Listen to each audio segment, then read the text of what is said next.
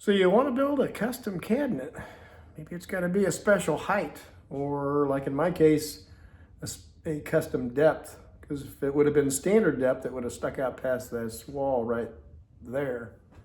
So if you need something like that, a special size, this is inspiration. It can be done. And it wasn't too expensive, and I had a good time doing it. So I'm gonna run through this real quick, and when I get done, I'll give you a tour of the finished product. So stick around, let's get going.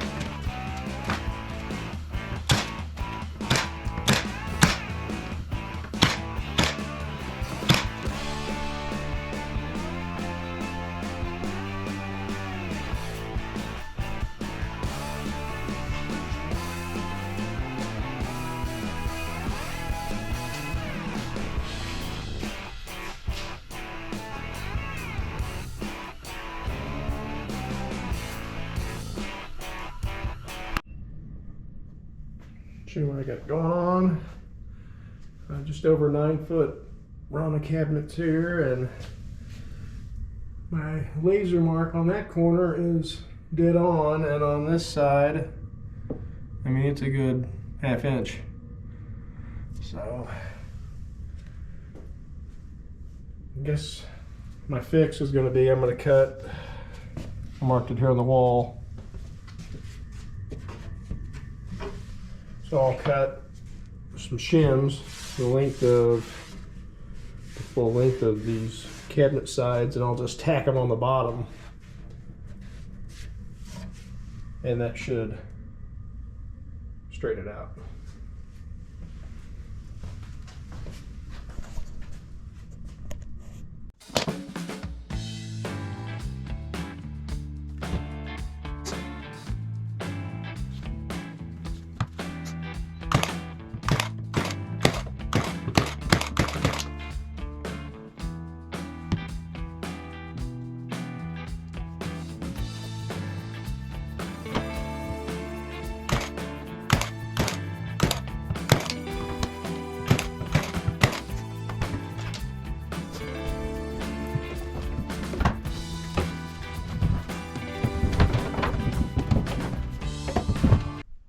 See that laser line or not, but perfectly level now.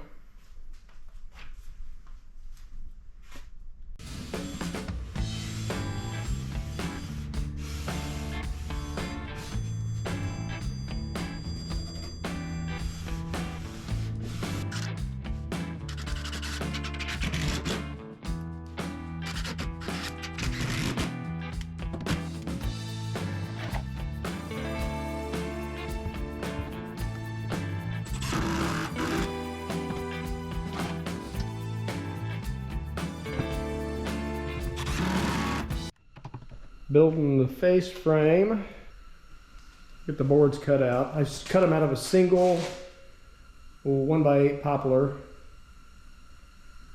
and I just wanted to show you how I put this together. The top board is continuous the width of the project, and then the side board, I like it to be connected underneath. And then the bottom is inside. And then there'll be a divider here, a divider here, and then the drawers will be between the uprights, the vertical pieces. So it'll make more sense whenever I get it all together.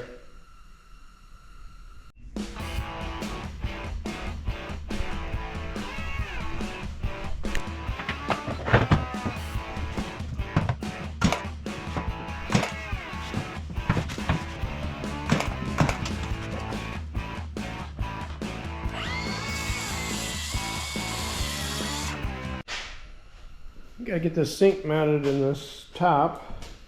A template this time. So I'll show you what I got going on here. This is the template line, the outside line. I'm gonna cut this line here inside there, maybe leave about 3/16 of an inch or so for my flush trim router bit to clean up, make it pretty. I did put some reference marks in here to when the curves actually start in the template, because I think I'm going to use my track saw to cut these straight lines, but figured I would just put a reference in there so I know when to stop cutting with that track saw.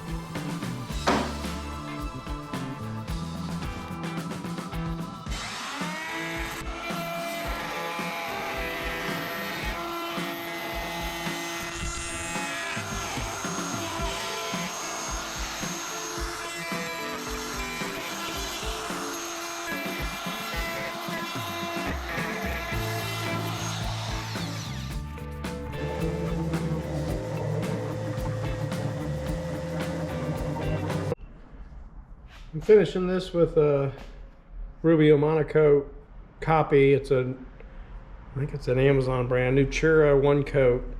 It's actually tinted walnut, so you get the oil and the hardener.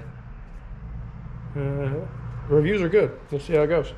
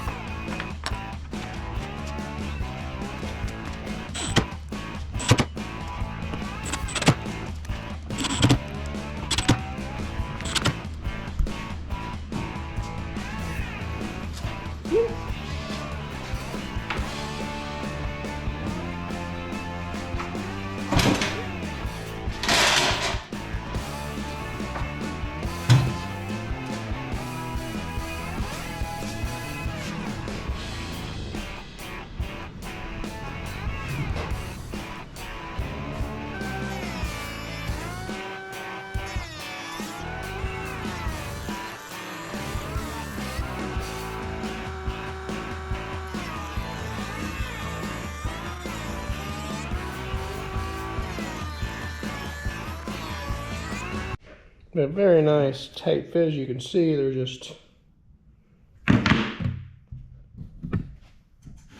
pushed together, and it's pretty sturdy.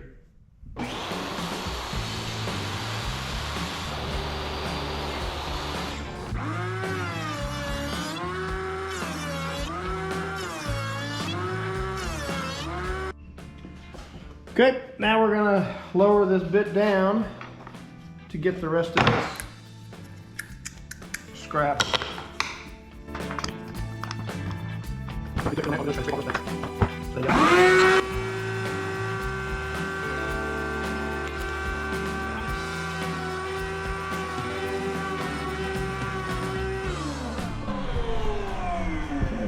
Nice little rabbit in here. It should fit just right.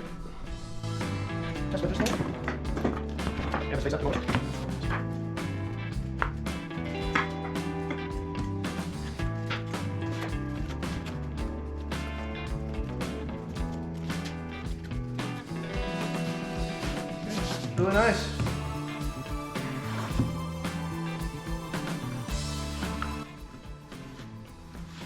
Glue out and glue this together. It's a beautiful set of doors. Let's get some hinges put on them.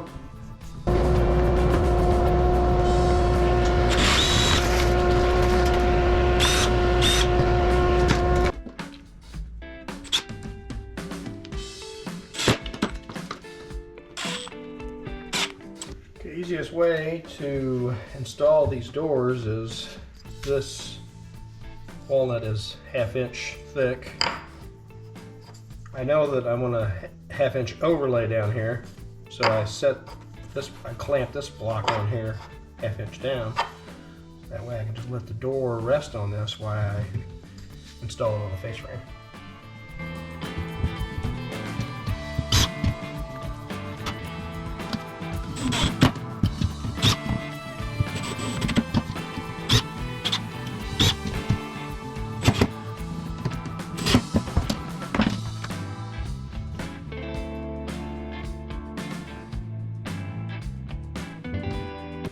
Using these undermount hidden drawer slides,